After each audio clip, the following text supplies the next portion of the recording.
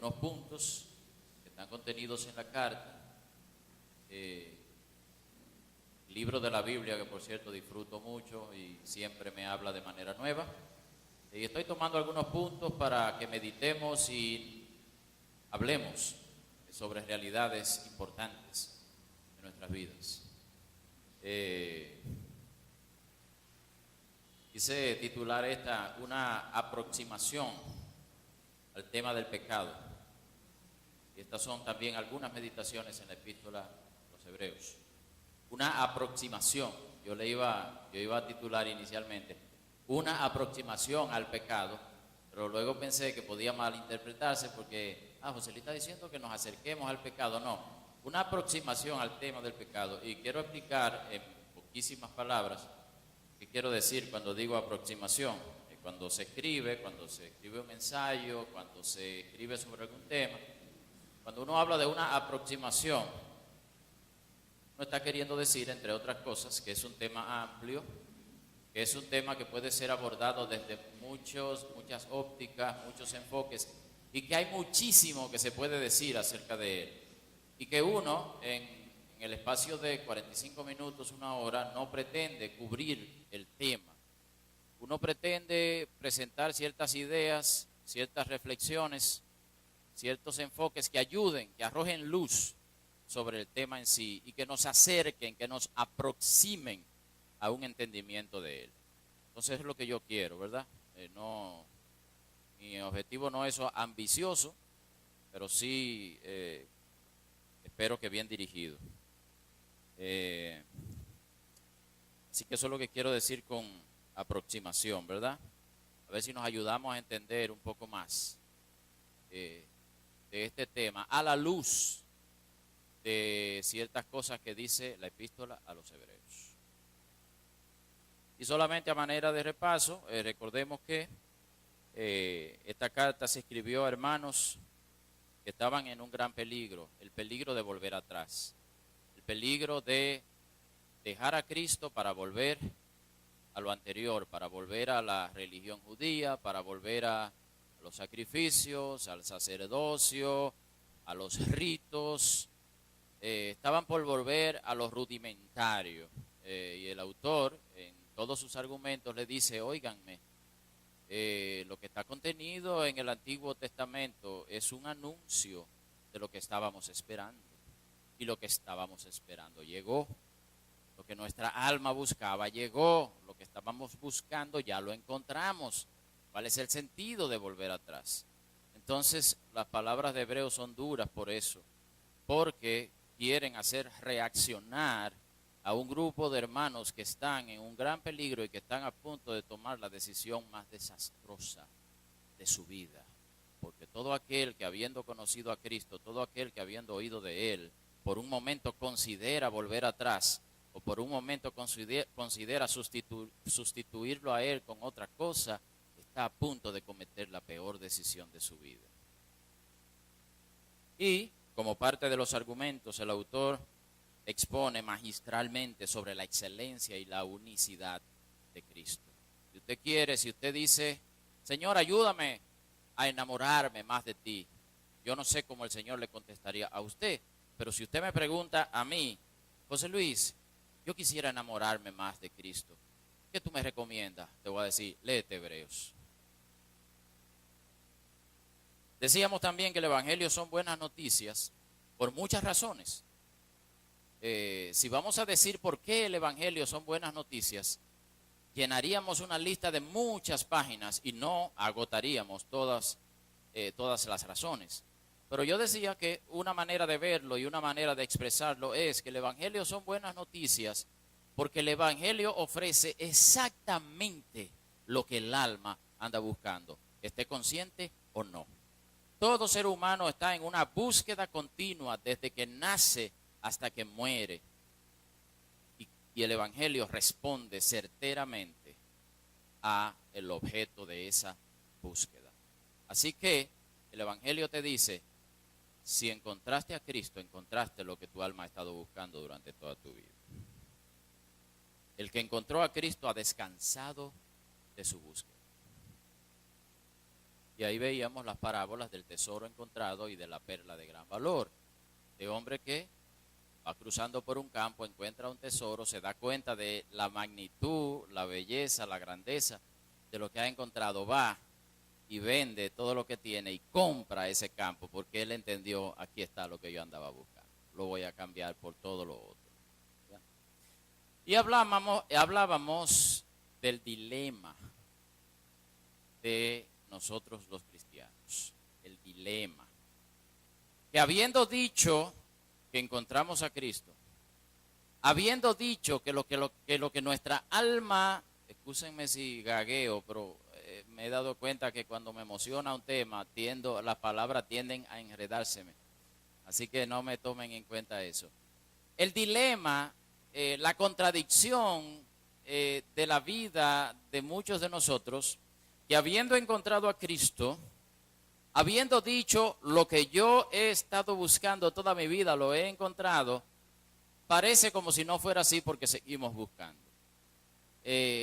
Nuestra vida en la práctica muchas veces parece revelar que no hemos encontrado lo que nuestra alma buscaba porque seguimos invirtiendo nuestro tiempo, nuestras energías, nuestra vida en otras cosas que tal parece que nuestra alma necesita más que a Él, más que a Cristo.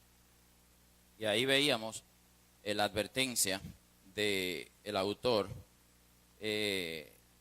como él le decía a los hermanos, hermanos, temamos, alarmémonos, si permaneciendo todavía la promesa de Dios del reposo que Cristo ofrece, alguno de ustedes parezca no haberlo encontrado. Temamos, preocupémonos. Si habiendo dicho que nuestra alma encontró lo que buscaba, todavía parece que no es así. Si las estrategias de nuestra vida parecen indicar que todavía estamos activamente buscando algo. Y el domingo pasado, después del culto, tuve una reunión con buenos amigos que teníamos la obligación de reunirnos para decidir y conversar algunas cosas, y surge el diálogo de manera natural sobre el tema que yo había expuesto.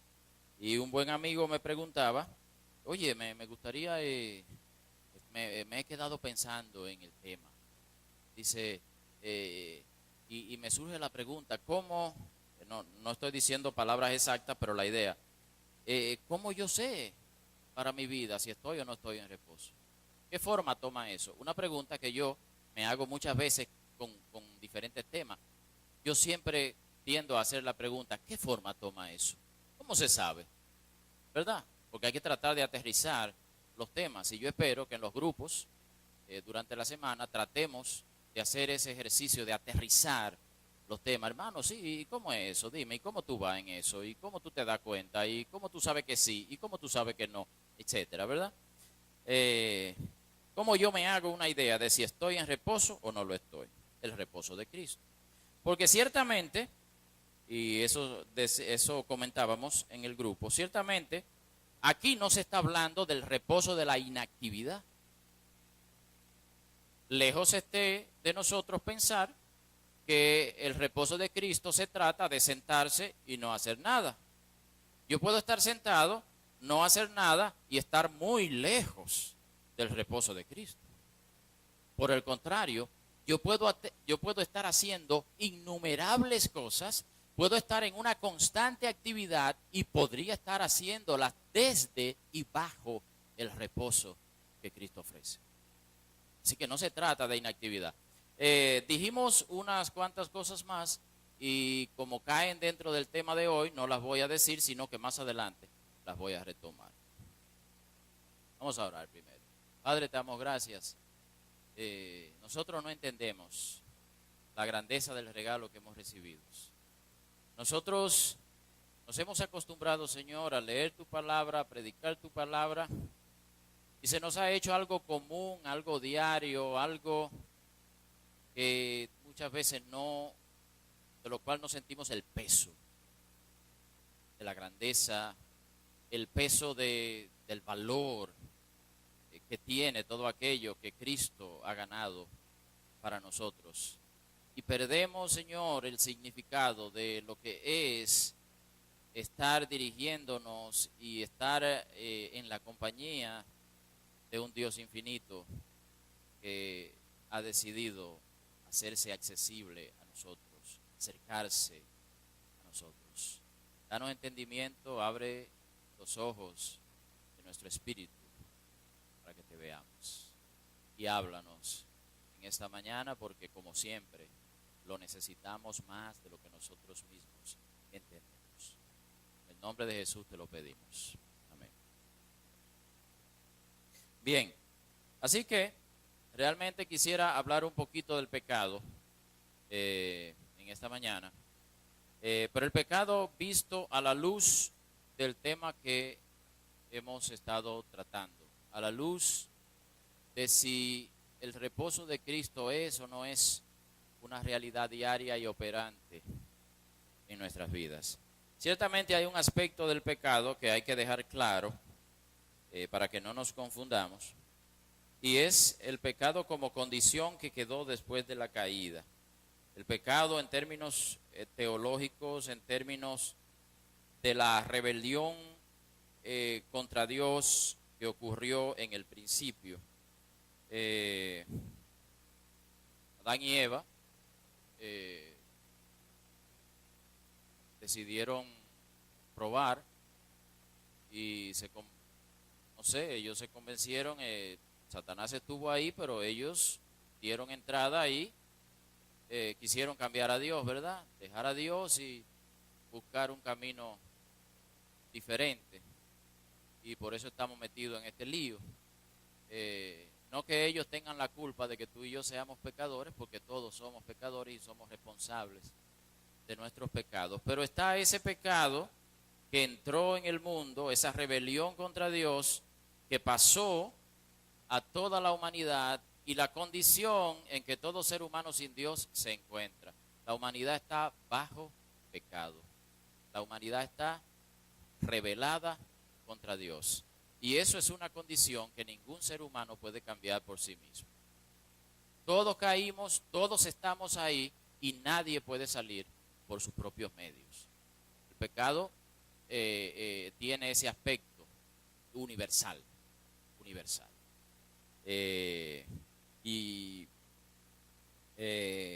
Una de las enseñanzas centrales de la palabra de Dios es que como el ser humano no puede, como le es imposible salir por sus propios medios, Dios tenía que tomar la iniciativa. Si Dios no tomaba la iniciativa en este problema, no había esperanza para ninguno de nosotros. Y Dios ciertamente tomó la iniciativa. Hebreos tiene mucho que decir acerca de este tema. Y por eso la alarma del autor de Hebreos le dice, el autor de Hebreos dice, pero los sacrificios del Antiguo Testamento anunciaban el sacrificio supremo, el sacrificio real que estábamos esperando. Y Cristo es ese sacrificio. Los sacerdotes del Antiguo Testamento solo anunciaban el sumo sacerdote definitivo que nosotros estábamos esperando, y ese sumo sacerdote es Cristo. Así que en Cristo Dios resuelve definitivamente el problema del pecado. Dice Hebreos 10, 10 al 14, por esta voluntad hemos sido santificados mediante la ofrenda del cuerpo de Jesucristo ofrecida de una vez para siempre. Y ciertamente todo sacerdote está de pie día tras día, ministrando y ofreciendo muchas veces los mismos sacrificios que nunca pueden quitar los pecados. Pero Él, habiendo ofrecido un solo sacrificio por los pecados para siempre, se sentó a la diestra de Dios, esperando de ahí en adelante hasta que sus enemigos sean puestos por estrado de sus pies, porque por una ofrenda Él ha hecho perfectos para siempre a los santificados. Dígame si no le emociona eso. Tremendo. Hermanos, no hay perdón de pecados lejos o apartados de Él. No hay opción, no hay otro camino. Y ahí recuerdo lo que leía Gerson al principio durante la adoración.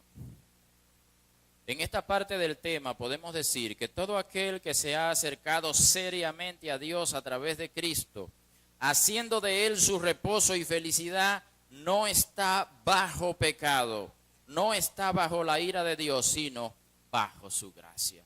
¡Qué alivio! Pero realmente lo que yo quisiera tratar hoy es otro aspecto del pecado. Porque en este sentido, todo aquel que ha puesto su fe en Cristo ya no está bajo la condenación del pecado. El pecado no le puede separar de Dios. Ahora, ¿significa eso? Y aquí es donde vamos a pensar un poquito. ¿Significa eso? Esto es una realidad, esto es un hecho. Cristo lo hizo, punto. Ahora, ¿significa eso que el pecado ha dejado de tener su efecto sobre nosotros de una manera diaria?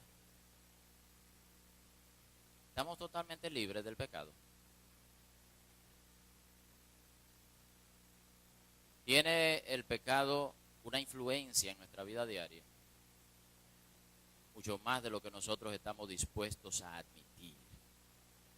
Mucho más de lo que nosotros estamos dispuestos a reconocer delante de los demás y hasta para con nosotros mismos.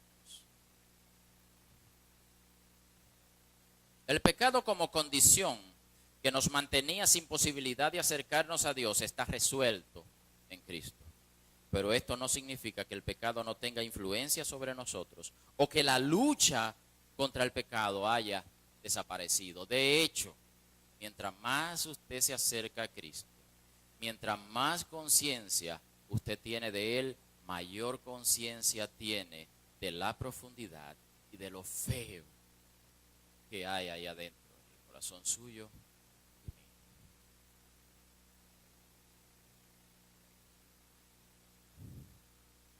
Como decía yo en el tiempo de oración el viernes, uno con los años, si la gracia de Dios así lo hace en uno va pasando, uno va teniendo un cierto entendimiento del pecado que hace que uno cambie de decir las cosas de una manera a decirlas de otra.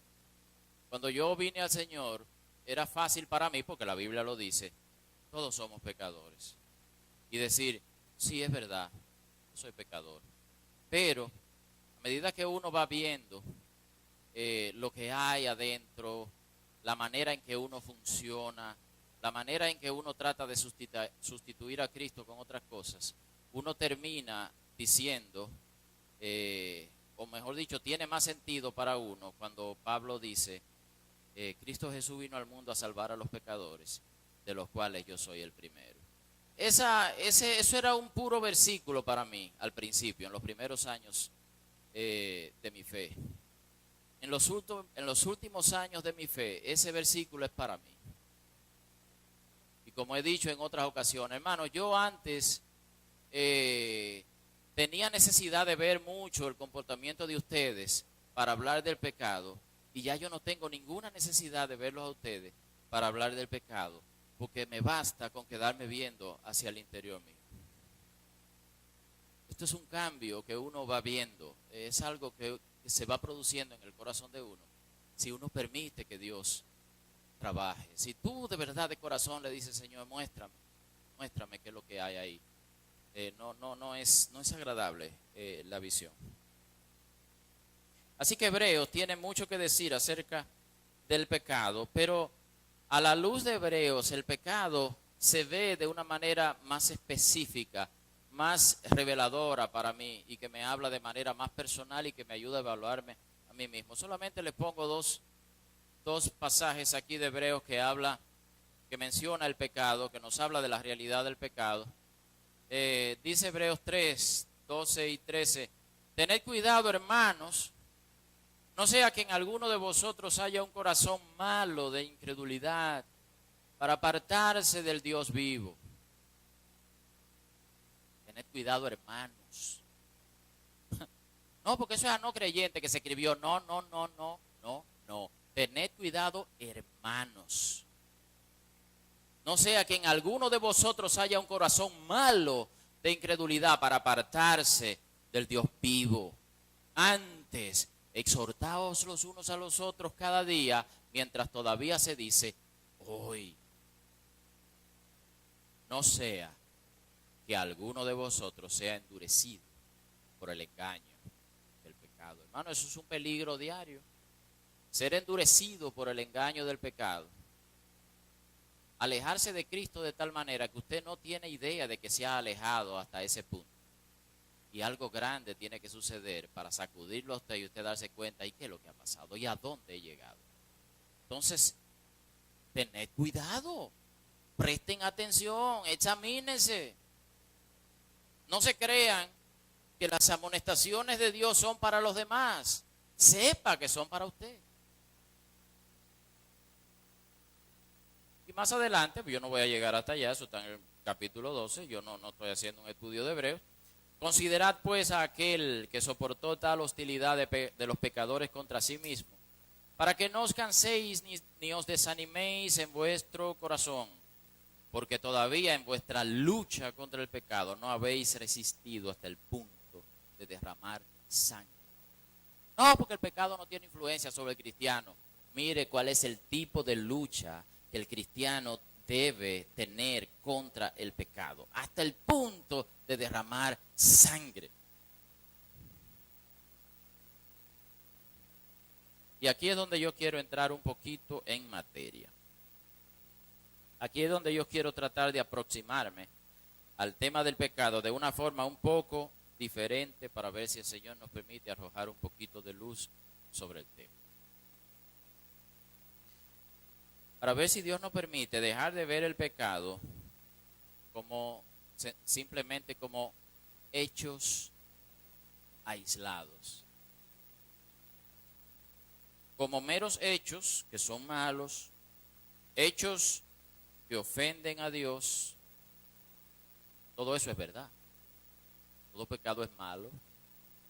Todo pecado ofende a Dios. Todo pecado ofende la santidad de Dios.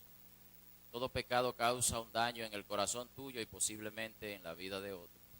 Pero yo quisiera que ampliemos un poquito la visión y no veamos el pecado como algo que yo hice ahora y de lo cual tengo que arrepentirme, o como algo que hice ayer y de lo cual tengo que arrepentirme o pedir perdón, sino que comencemos a verlo como parte de algo más grande, como parte de un cuadro más grande y abarcador.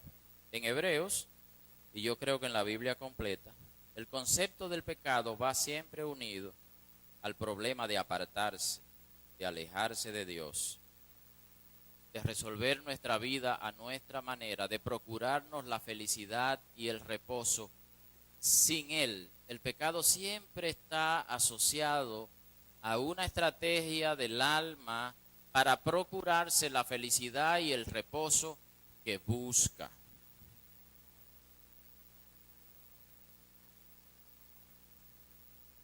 Quisiera ver el pecado como parte de una estrategia del alma tuya y del alma mía, que siempre está buscando una estrategia para encontrar esa felicidad, para encontrar ese reposo que solamente Cristo ofrece, pero que nuestra alma se empeña en encontrarlo en otro lugar o en otra cosa.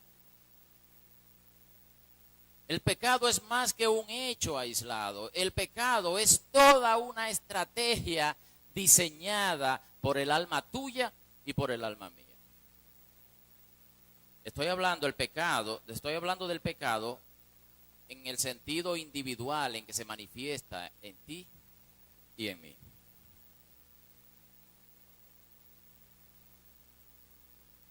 Y aquí retorno al punto de la introducción en que, como les decía, un grupo de amigos, buenos amigos míos y yo, conversábamos sobre el tema y mi amigo preguntaba, ¿qué forma toma ese reposo? Para mí, ¿cómo yo sé? si estoy o no estoy en reposo? ¿Cómo puedo hacerme una idea de si estoy viviendo en reposo o no? Bueno, pues otro de mis buenos amigos, luego que mi amigo pregunta, ¿verdad?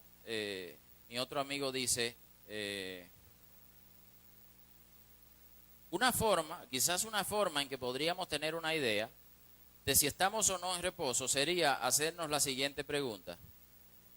¿Qué es lo contrario al reposo? Excelente idea. Porque para arrojar luz sobre un tema, el contraste es una de las técnicas que más ayudan. Y aquí hay gente que me puede dar clase de eso, así que yo no voy a abundar en esa parte. Pero excelente pregunta. ¿Cómo sería lo contrario al reposo? ¿Cuáles son las cosas que me dirían que yo estoy actuando contrario al reposo que Cristo ofrece? Y surgen varias palabras. Y una de ellas es ansiedad.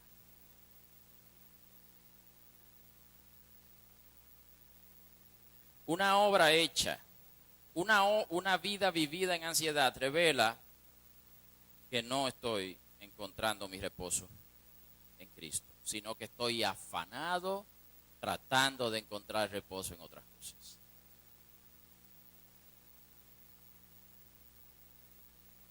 Y esa es una palabra importante, pero luego surge una segunda palabra que para mí toca la llaga viva del problema. Y surge la palabra control.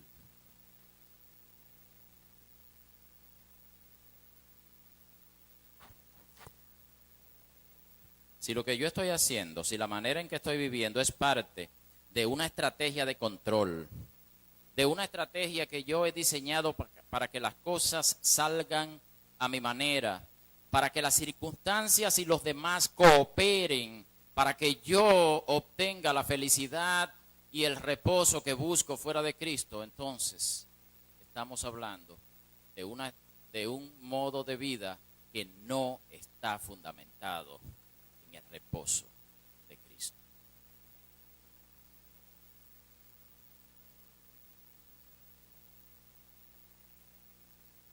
Y así quisiera yo que nos aproximemos al tema del pecado, no como un hecho aislado, no sencillamente como algo que yo hago y que ofende la santidad de Dios, sino como parte de una estrategia de control destinada a conseguir algo. Todo pecado tiene como raíz eso. No importa, desde las cosas más sencillas hasta las aberraciones más horribles, tienen en común este afán del ser humano de encontrar algo que busca. Por supuesto, como lo buscamos fuera de Dios, es increíble los extremos de maldad que podemos alcanzar. Es increíble la magnitud del daño que podemos causar en nuestra búsqueda.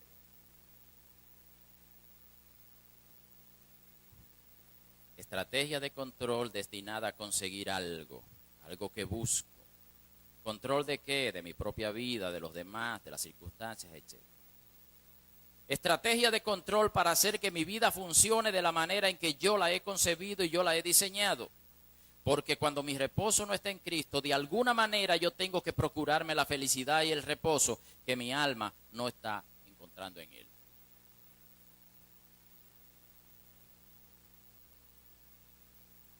Así que no veamos el pecado como un hecho aislado, sino como el material principal de construcción en esa estrategia de tu alma, que tu alma se ha fabricado para procurarte la felicidad, la satisfacción, el reposo, el gozo que no estás encontrando en Cristo. Recuerdo la predicación de alguien años atrás. Creo que fue Pablo Shattuck. Y si no fue Pablo Shattuck, fue Pablo Thompson. Pero está entre los dos Pablos. Y no fue el apóstol Pablo. Una pregunta que nunca me ha abandonado. Nunca. ¿Qué es lo contrario al amor? Se admiten opiniones. Odio, dicen por aquí. ¿Qué más? Apatía. Bien, bueno, indiferencia. ¿Qué es lo contrario al amor? Vamos a ver. Tenga miedo. Soberbia. Bien, ¿qué más? ¿Perdón? Bingo. Ah, Pablo. Lo contrario al amor es el control.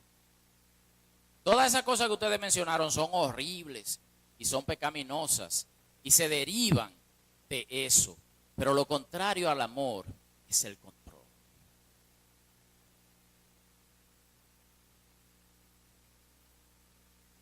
Todo aquello que se realiza para procurarnos a nosotros mismos el reposo, la felicidad, la satisfacción, la realización, el gozo que no estamos encontrando en Él,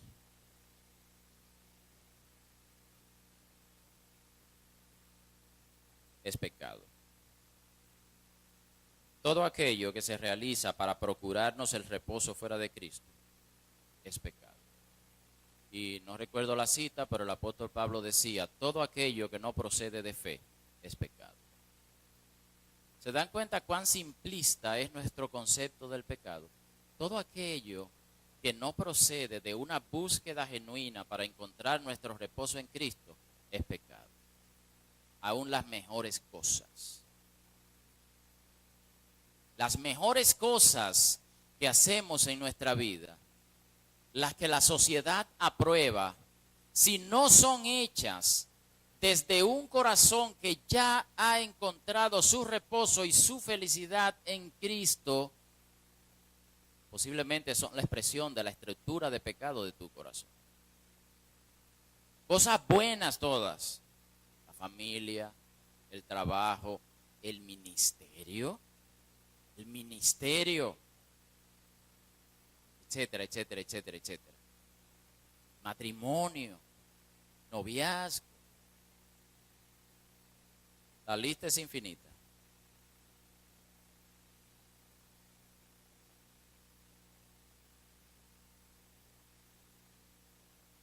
Y algo que dice versículo 13, al final, la última parte. No sea que alguno de vosotros sea endurecido por el engaño del pecado.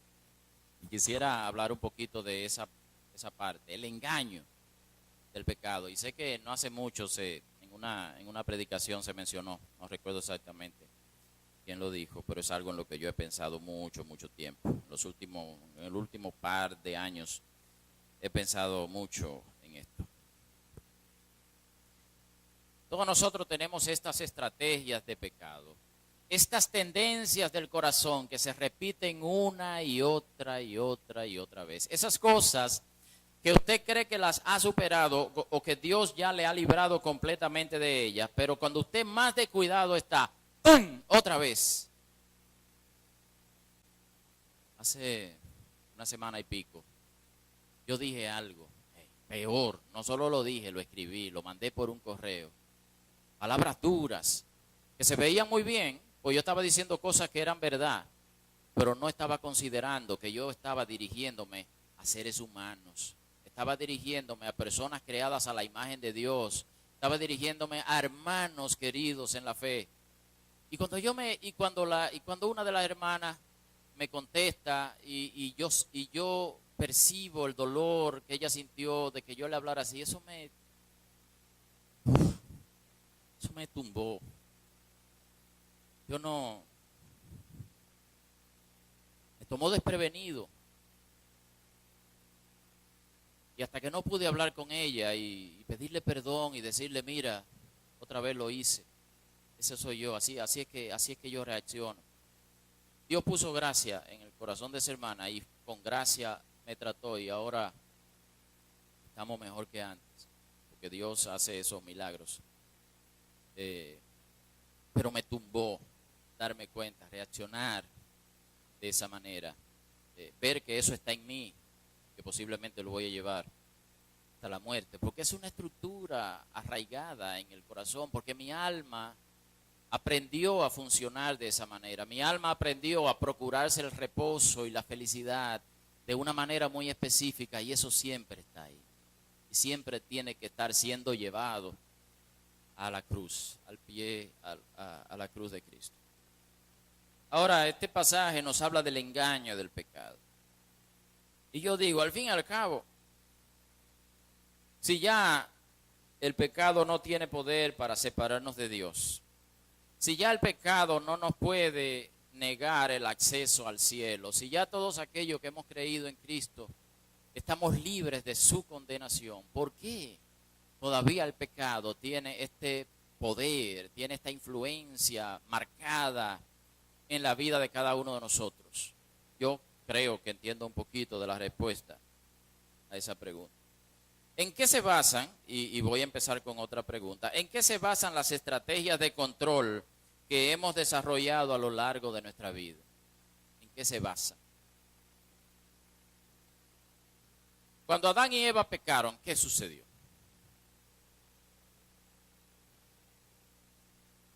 ¿Perdón? Queremos defendernos. Bien, ¿qué más? ¿Qué pasó cuando, en esencia, cómo se define el hecho? O sea, cuando Adán y Eva pecaron, ¿qué fue lo que hicieron? Se escondieron de la vergüenza, bien, bien. Pero inicialmente, esa decisión, ¿cuál fue? Como Dios. Perdón, ¿quién más dijo? Desafiar a Dios. El pecado, bueno, esa es la palabra que estamos tratando. Pero básicamente fue independizarse de Dios, ¿sí o no? O sea, oye, no te necesitamos, nosotros sabemos ahora por dónde es la cosa. Esa es la autosuficiencia, esa es la raíz de todo este asunto. Abandonaron a Dios. ¿Abandonaron a Dios? No, ya, no. Ok. Cuando tú abandonas lo único que existe, cuando tú abandonas el único que es la fuente de todas las cosas y no hay nada más fuera de él, todo lo demás se define, todo lo demás, todo aquello que es bueno, agradable o deseable, se define porque procede de Dios y de alguna manera lo revela Él. Yo creo que he enseñado de eso. Ahora, cuando tú dejas a ese ser por una tontería tuya, por un engaño, ¿qué te queda? Nada. Nada. Cero. Pero hay que echar para adelante. Ya está hecho el asunto. ¿Sí o no? Hay que echar para adelante.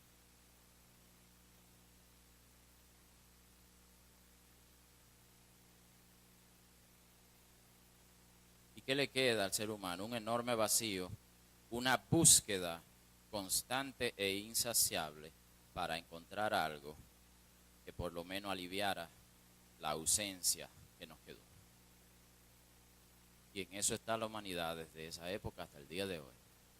En esa búsqueda desesperada, horrible, por tratar de llenar un poquito del vacío infinito que dejó esa ausencia de Dios en el alma humana.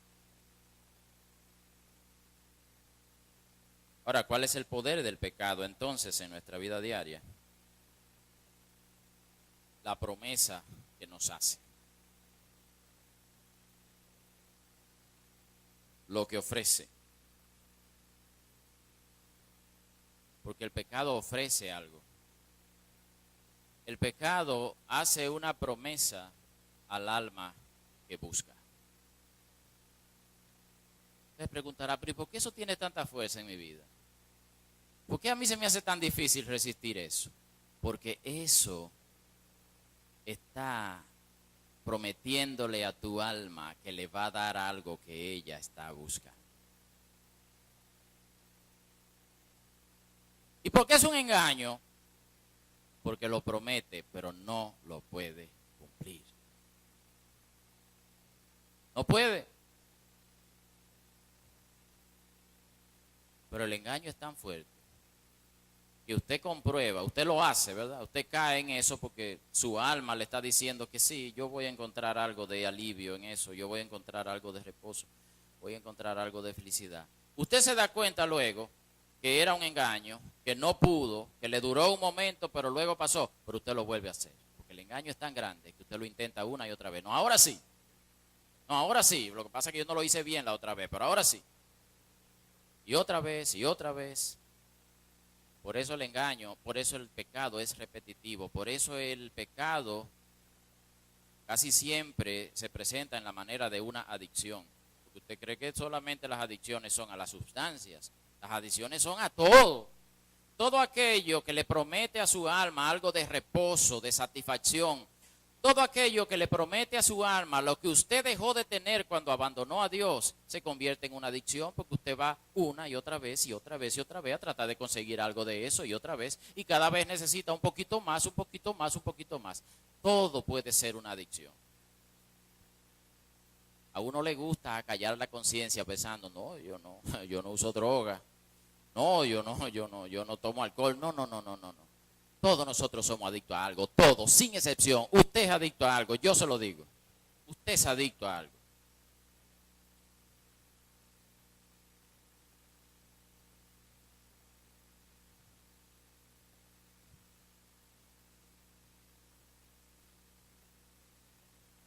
Me causa hasta gracia el crédito que muchos, no muchos, el crédito que algunos de nosotros le da a Satanás. Yo creo que Satanás debe sentirse complacido con muchas de las cosas que nosotros decimos.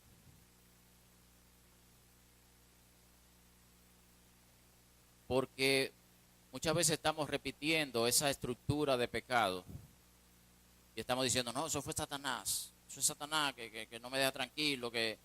Y yo me imagino a Satanás a veces, de verdad, digo, estos son imaginaciones mías, me lo imagino sentado y contemplando. Oye, pero complacido de verdad, ¿cuánto crédito me dan? Porque muchas veces yo creo que Satanás se sienta a ver cómo los engranajes pecaminosos de tu corazón funcionan y cómo tú solito te metes en todas las cosas y acallas un poquito tu conciencia echándole la culpa a ese.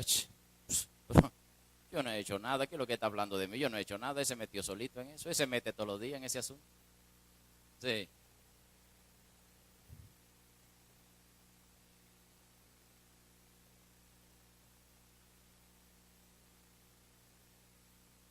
Era devota.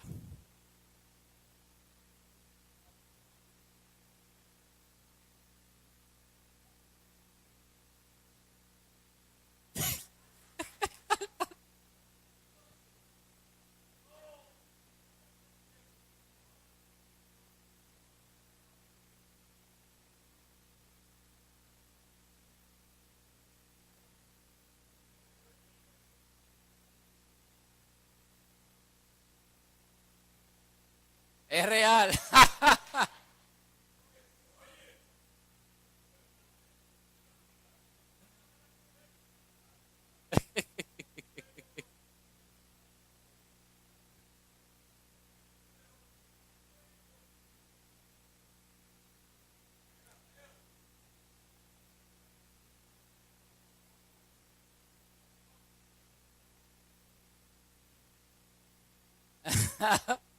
Bueno, los americanos han hecho muchas cosas malas, pero esa no fue una de ellas. Vamos a decir los gobiernos americanos, ¿verdad? Pero no sé quién escribió que que uno de los mayores logros de Satanás es convencer a la gente de que él no existe. Pero yo sí, aún así creo que nosotros les damos mucho crédito a Satanás. Que hay muchos pecados en nuestra vida que ya funcionan de manera automática porque son las estructuras de control que nosotros usamos para tratar de procurarnos la felicidad y el reposo que no estamos encontrando en nuestro Señor Jesucristo. No, porque Satanás me tienta por aquí, me tienta por allá.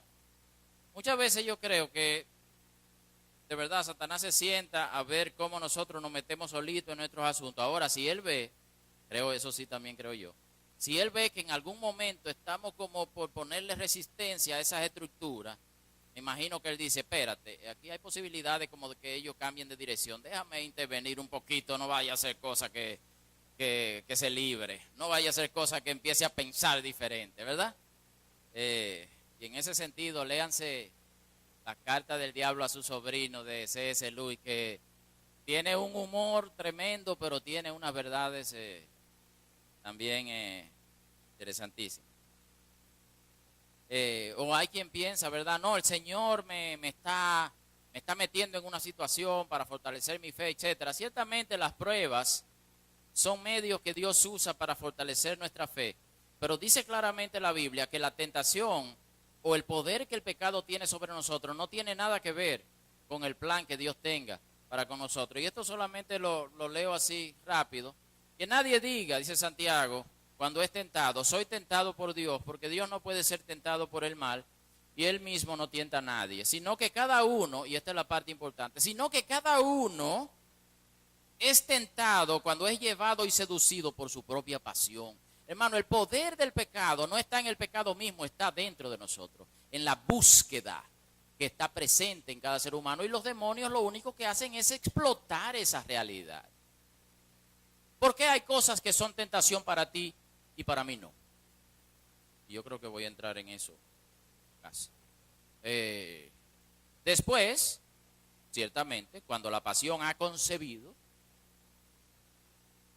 da a luz el pecado, y cuando el pecado es consumado engendra la muerte. Amados míos, amados hermanos míos, no os engañéis.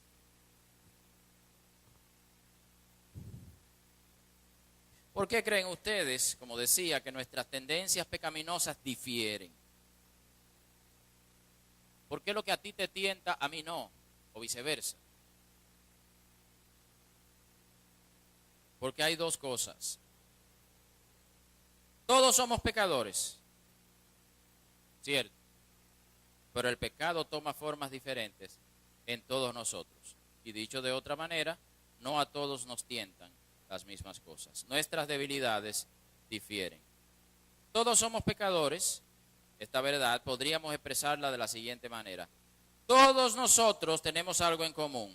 Tenemos una búsqueda para encontrar la felicidad o el reposo que no estamos encontrando o que no estamos buscando en Cristo. Esto es común a todos nosotros. Todos nosotros tenemos esa búsqueda. Todos nosotros desarrollamos alguna estructura para ella. Ahora, el alma de cada uno de nosotros ha aprendido y ha desarrollado sus propias estrategias para procurarse ese reposo y esa felicidad. Ahí somos únicos.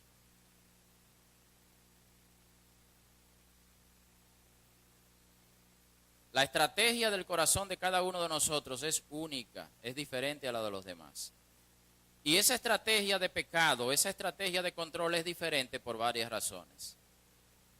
Dos de ellas, no digo que no haya más, pero dos de ellas es la primera, cada estrategia de pecado en nosotros es única porque cada uno de nosotros es único. La unicidad de cada alma humana, la manera en que Dios diseñó cada alma de manera única, de manera diferente, es tan fuerte que hasta en el pecado se manifiesta.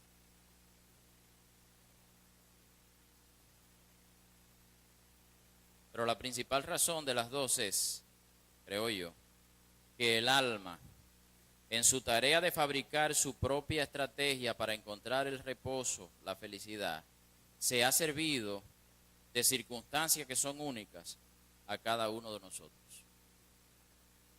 Desde que usted nace, desde pequeñito, su alma, lo esté usted o no consciente, ha ido fabricando, ha ido desarrollando esa estrategia en que usted se va a procurar la felicidad y el reposo que perdió cuando se separó de Dios.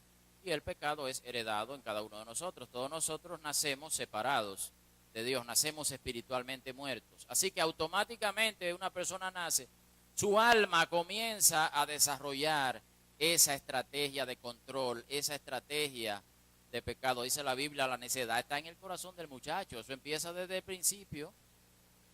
Entonces, ¿De qué se sirve el alma para desarrollar esta estrategia? ¿En dónde va a buscar el corazón suyo y mío el reposo y la felicidad que no tiene porque nació separado de Dios? No lo tiene.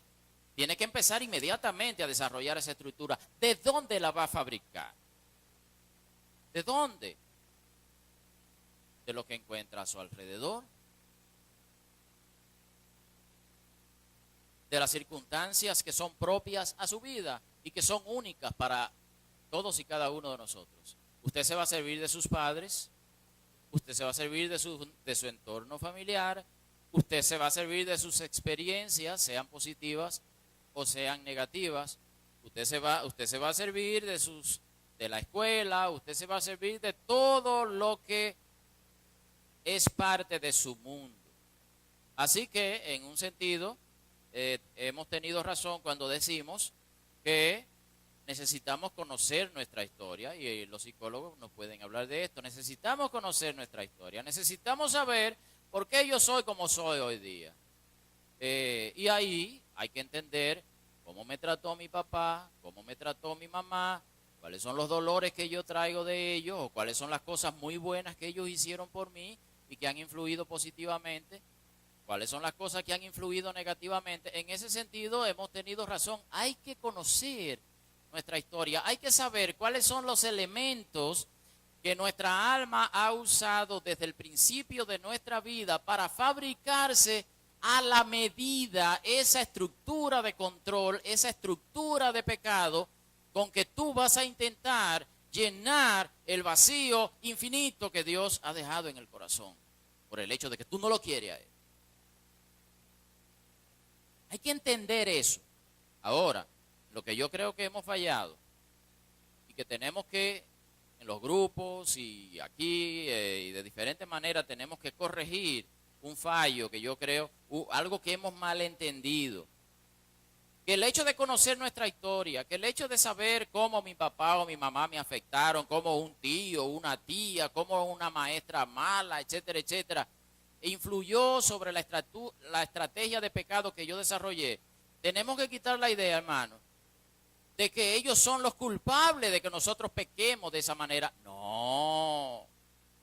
Nuestra alma se sirvió de esas experiencias para desarrollar su estrategia de pecado. Pero el pecado tuyo y mío son responsabilidad tuya y mía. Nadie tiene la culpa de que tú y yo no elijamos a Dios para llenar nuestro corazón. Nadie tiene la culpa de eso. Eso son excusas. Hay que entender nuestra historia para saber cómo llegamos a donde estamos. Pero la conclusión y el final de todo es igual para todos nosotros. No, esto nada más es para hacerte entender mejor el asunto y tú sepas hacia dónde que tienes que apuntar. Tienes que apuntar a Cristo. Tienes que encontrar tu reposo en Él. Tienes que encontrar tu felicidad en Él. No se vale echarle la culpa a otro. Nadie se justificará delante de Dios.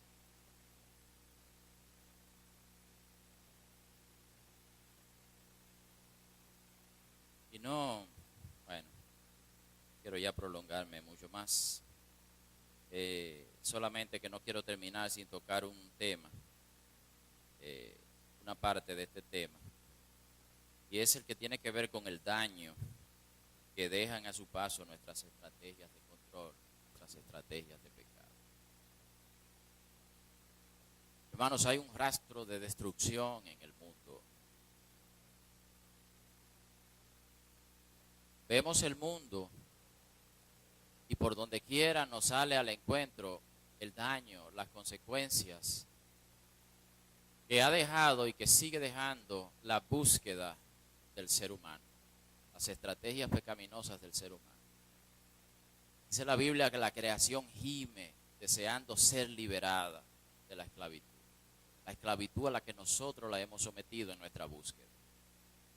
Hermano, ¿sabe cuál es el mayor bien que le podemos hacer al planeta, al medio ambiente, al ecosistema, a la sociedad, a todas las cosas? ¿Sabe cuál es sabe cuál es la forma más efectiva de nosotros hacerle bien en términos generales al mundo entero y a todos?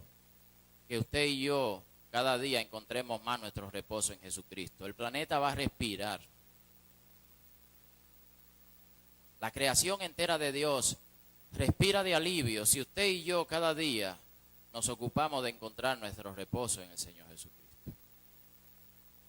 Y yo estoy hablando del daño que le hacemos al planeta, del daño que le hacemos al ambiente, del daño que le hacemos a la sociedad en general. Pero ¿qué tal? Y es lo que a mí más me preocupa. Del daño que le hacemos a nuestro mundo. Del daño que nosotros hemos causado y seguimos causando a todos aquellos que nos rodean, a todos aquellos que de una u otra manera son parte de nuestra vida.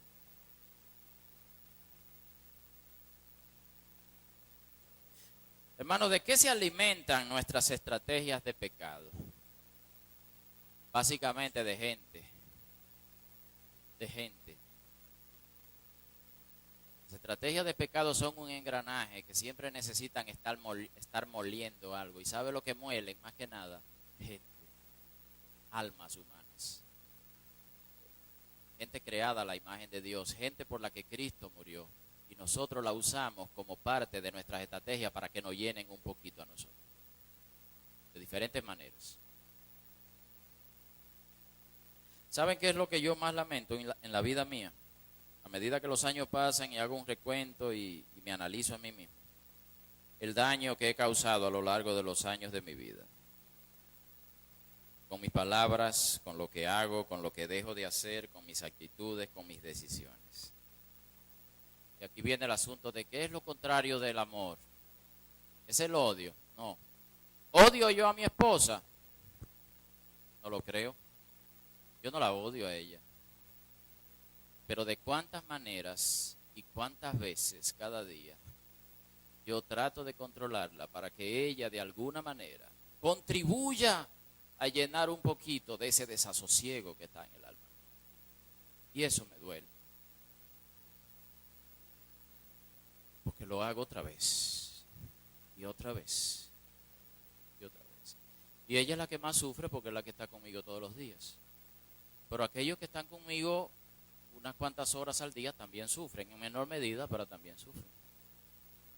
Y aquellos que nos vemos una vez a la semana o 2 veces a la semana, sufren las consecuencias de mi búsqueda, de mi estrategia, lo sufren menos porque están menos tiempo conmigo. Entonces, mientras más tiempo pasan conmigo, más van a sentir el impacto de la estrategia de pecado de mi vida. Por eso el matrimonio es tan importante.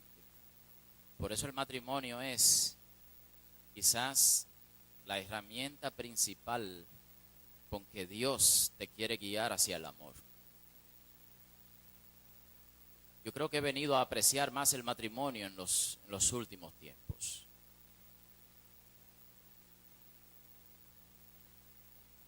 No hay mayor oportunidad que el matrimonio para morir y para amar. No hay mayor.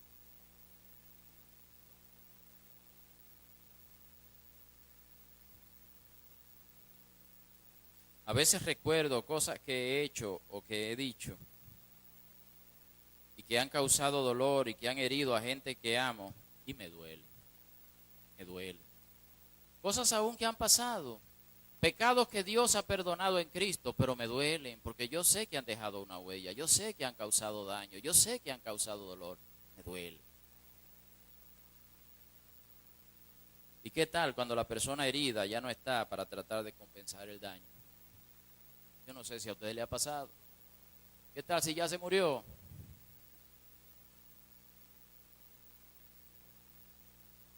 Gracias a Dios que la obra de Cristo es suficiente y es tan grande que aún puede ocuparse de eso. Y traer consuelo y traer reposo, aún cuando ya es imposible. ¿Qué va a pasar? Cuando ya aún es imposible reparar el daño directamente con la persona. ¿Y saben qué es lo más triste del caso? Que aun cuando yo me hago consciente a veces de esa realidad, lo sigo haciendo. Otra vez paz, otra vez vuelvo a decir la misma cosa, otra vez vuelvo a herir de la misma manera. Siempre viene a mi mente 2 versos de un poema de uno de mis poetas favoritos.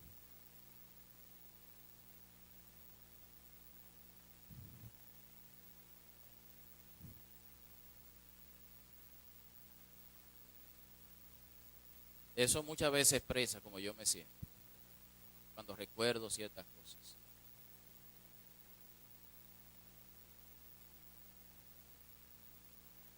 El recuerdo de una antigua vileza vuelve a mi corazón. Como el caballo muerto que la marea inflige a la playa, vuelve a mi corazón. ¿Ven la imagen? Caballo muerto, podrido, en el mar, tú estás en la playa y todo parece estar bien, tú estás ahí disfrutando en la playa y de pronto viene esa podredumbre que las olas traen hacia ti y tú te das cuenta de la realidad. Se va, ¿verdad? Pero otra vez viene otra ola y te lo trae de nuevo.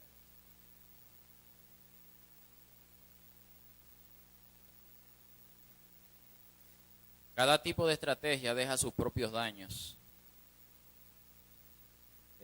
Y aquí la lista es infinita, ¿verdad? Pienso en una persona que ha desarrollado una estrategia de verse a sí mismo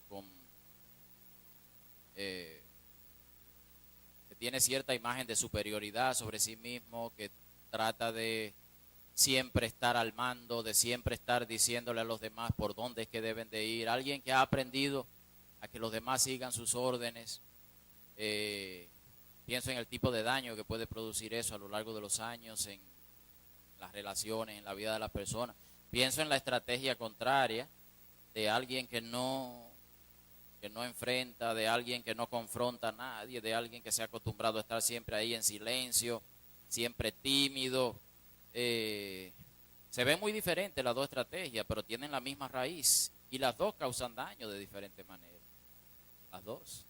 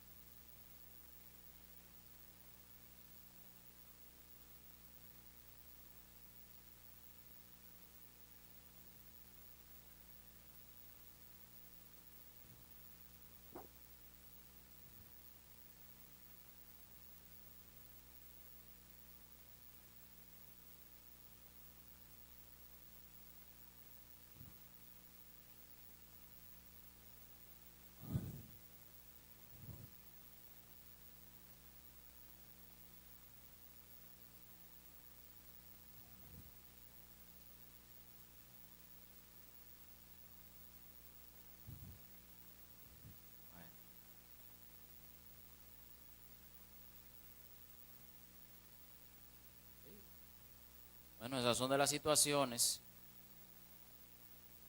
para las cuales tenemos, como todo, tenemos un solo recurso. Saber que la obra de Cristo es suficiente aún para perdonarnos y traernos el reposo en eso. Si nos encomendamos a Él, si le decimos, Señor, es en ti que quiero encontrar mi reposo. Si tienes conciencia de pecado, sentirás el peso y el dolor del daño que causas y has causado. Y gloria a Dios, que Cristo es suficiente para consolarnos aún de esta pena. Porque si la obra de Cristo no fue suficiente, ¿quién me libraría de llevar el infierno en mi propio corazón? Pero gloria a Dios, que la obra de Cristo es suficiente. Concluyo diciendo lo siguiente, repitiendo lo que ya he dicho. Las palabras de Hebreos son duras, pero son necesarias.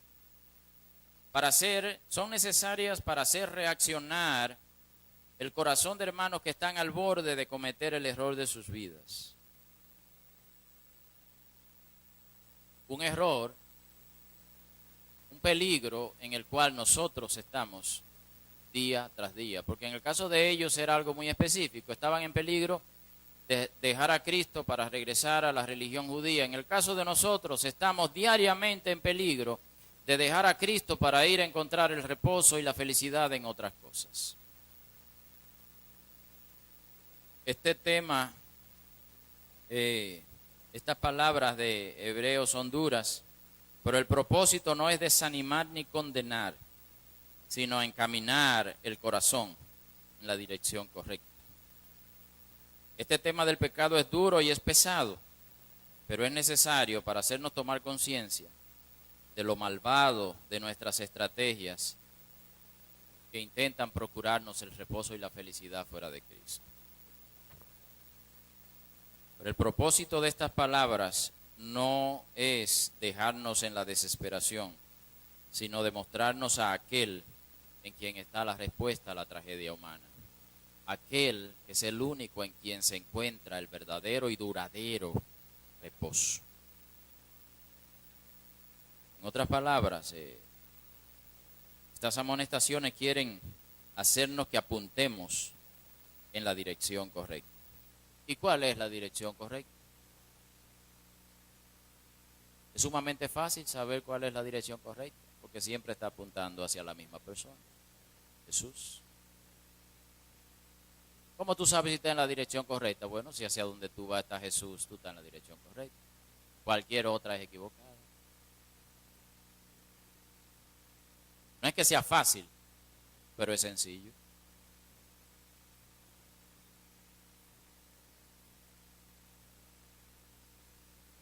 Teniendo pues un gran sumo sacerdote que trascendió los cielos, Jesús, el Hijo de Dios, retengamos nuestra fe. Retengamos nuestra fe. Hermanos, aferrémonos a aquel que ya sabemos que es el único que ofrece reposo verdadero y duradero. El engaño del pecado siempre va a estar ahí. Siempre el alma querrá convencerse a sí misma, siempre buscaremos justificaciones para pensar que sí, yo creo que ahora sí, yo creo que con esto yo voy a ser un poquito más feliz, yo sé que mi vida va a ser mejor. Resistamos hasta donde podamos esta tentación y aferrémonos a la verdad que ya sabemos, que solamente en Cristo se encuentra este reposo. Retengamos nuestra fe.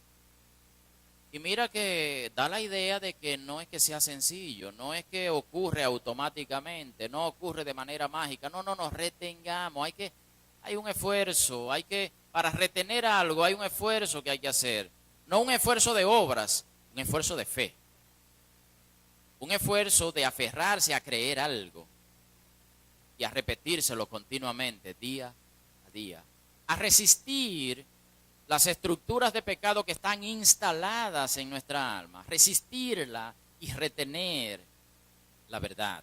No. Alma mía, por ahí no es. Pero que sigue por ahí no es. Es hacia allá. Mira, ve, en esa dirección está Cristo. Es hacia allá. No, pero que por aquí quizás se consigue algo. Eso es un engaño. Es para acá. Porque no tenemos, pero qué difícil, hermano, es que tú no sabes, la estructura mía no es fácil, tú porque no estás en el pellejo mío. Dios sabe todas esas cosas. A Dios no le son ajenas nuestras luchas. A Dios no le es ajeno lo difícil que es para nosotros, con un alma que durante tantos años se ha acostumbrado a buscar su reposo y felicidad en otras cosas, empezar ahora a decirle a nuestra alma, y eso lo vamos a ver ya la semana que viene, que no, que es hacia acá, no, que es en Cristo. A Dios no le es ajeno eso. ¿Acaso Dios no sabe? Aquí hay alguien que ha sufrido más que Cristo. Aquí hay alguien que fue tentado más que Cristo. No lo hay. Porque no tenemos un sumo sacerdote que no pueda compadecerse de nuestras flaquezas, sino uno que ha sido tentado en todo como nosotros, pero sin pecado. Y por eso puede auxiliarnos, porque Él no cayó. Por tanto, en base a todo lo que se ha dicho, en base a todo esto que hemos conversado, acerquémonos con confianza al trono de la gracia para que recibamos misericordia y hallemos gracia para la ayuda oportuna. Si nos alejamos de Él, nos quedamos sin opción. Si nos acercamos a Él, todos los recursos del universo están a nuestra disposición. ¿Usted quiere más de ahí? Qué gran misterio el de todas las cosas que Dios nos ha dado en su Hijo Jesucristo. ¿Saben que nunca vamos a ser plenamente conscientes de todo lo que Dios ha hecho nuestro en Cristo? ¿Sabe que la eternidad entera será para un asombro detrás de otro? Qué gran misterio. No. Dios es infinito. La eternidad entera será para conocer más y más y más y más a Dios. Uno no puede imaginarse cómo va a ser eso, porque nuestra mente está formada por el tiempo y el espacio. Y Dios trasciende esas dos cosas. Pero el gran misterio de todo lo que nosotros hemos recibido en Cristo, y eso está en Efesios de una manera magistral, nosotros no sabemos lo que hemos recibido. Nosotros estamos hablando caballá. Yo estoy hablando caballá ahora mismo. Ahora mismo yo estoy hablando tontería. Mi mente está lejos de entender una milésima parte de lo que nosotros tenemos y hemos recibido en Cristo. Por eso nuestra alma se contenta con basura. Pero de eso vamos a hablar ya más en detalle el domingo que viene. Oremos. Padre, gracias. Gracias por tu palabra. Gracias por la persona de tu Hijo. Gracias por haberte revelado en Él. Porque si tú no bajas a nosotros, ¿cómo nosotros íbamos a subir donde ti, Señor? Tomando en cuenta la realidad de nuestro corazón caído. Tomando en cuenta nuestras flaquezas y debilidades. Ten misericordia de nosotros que todavía nos conformamos con tonterías. Abre los ojos de nuestro entendimiento. Muéstrate en tu grandeza, en tu bondad. Muéstrate en tu esplendor para que nuestra alma se deleite de verdad. Te lo pedimos en el nombre de Jesús. Amén.